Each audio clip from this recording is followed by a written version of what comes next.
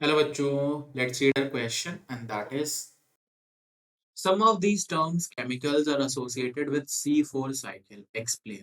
हमें यहाँ बताना है कि कुछ टर्म्स और केमिकल्स जो है वो C4 साइकिल से अटैच्ड हैं, एसोसिएटेड हैं और उन्हें एक्सप्लेन करना है. That is Hatch Slack pathway, Calvin cycle, PEP carboxylase and bundle sheath cells.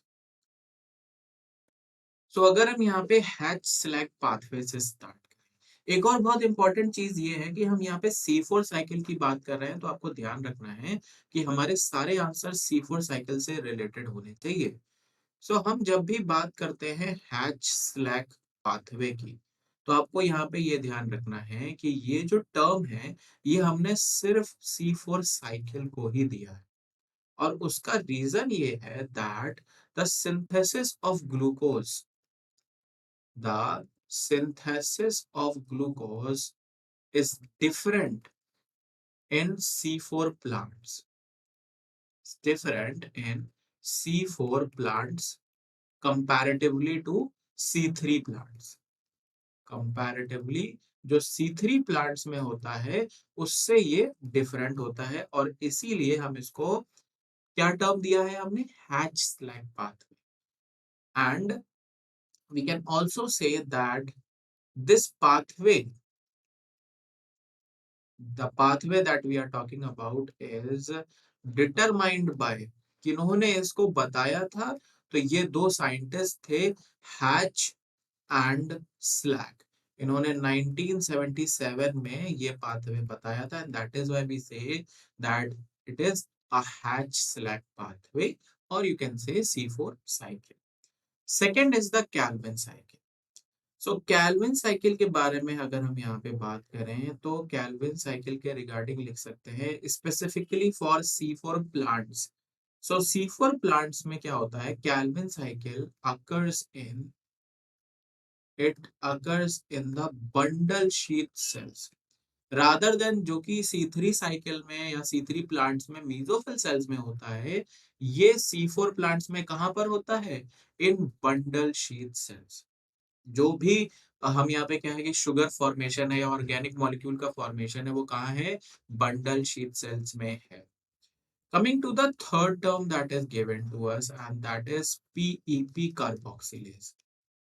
जो पीईपी कार्बोक्सिलेज है जिसके बारे में हम यहाँ पे बात कर रहे हैं, ये अगेन एक कैरेक्टरिस्टिक एंजाइम है जो इस पूरे पाथवे में इन्वॉल्व होता है. सबसे पहली चीज तो ये एंजाइम कहाँ प्रेजेंट है. This enzyme is present in this enzyme is present in mesophyll cells. ये एंजाइम मेसोफिल सेल्स में होता है and involves in fixation of CO2.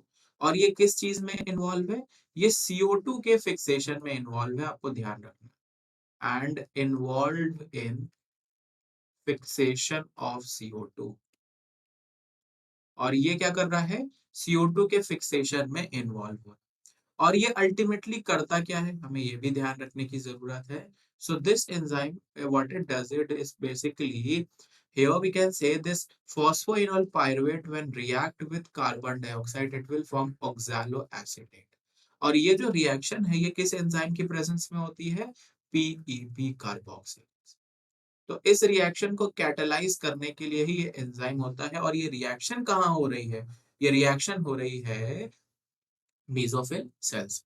और फिर ये जो ऑक्सैलो एसिटेट है जिसके बारे में हम यहाँ पे बात कर रहे हैं, this ultimately move to the bundle sheath cells.